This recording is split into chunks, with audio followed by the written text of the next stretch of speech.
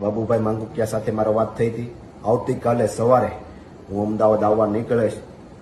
મારા પરિવાર, સગા સંબંધી, મિત્રોને મેં કીધું હતું કે કોંગ્રેસ પાર્ટી આપણી સાથે છે, આપણે કાંઈ ડરવાની જરૂર નથી. બધાનો સાથ સહકાર લઈ અને પિટિશન દાખલ કરવા માટે હું અમદાવાદ જવા રવાના થયો.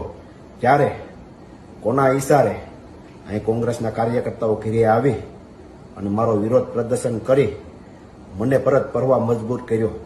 જ્યારે રેલીમાં સ્વયંભૂ લોકો જોડાણા હતા, કોંગ્રેસના મેન આગેવાનો, અહીંના નેતાઓ પોતે મારા રથમાં પણ બેસવા માટે તૈયાર નહોતા, મારી સાથે જોડાતા નહોતા.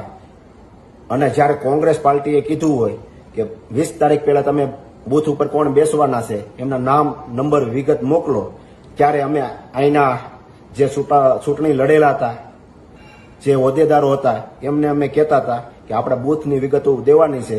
ત્યારે એક પણ આગેવાનોએ બૂથ આપ્યા નહોતા. કાર્યકર્તાઓ જે કામ કરતા હોય, કાર્યકર્તાઓ જે બૂથ આપતા હોય, એમને પણ ના પાડતા હતા કે આપણે બૂથ આપતા નહીં.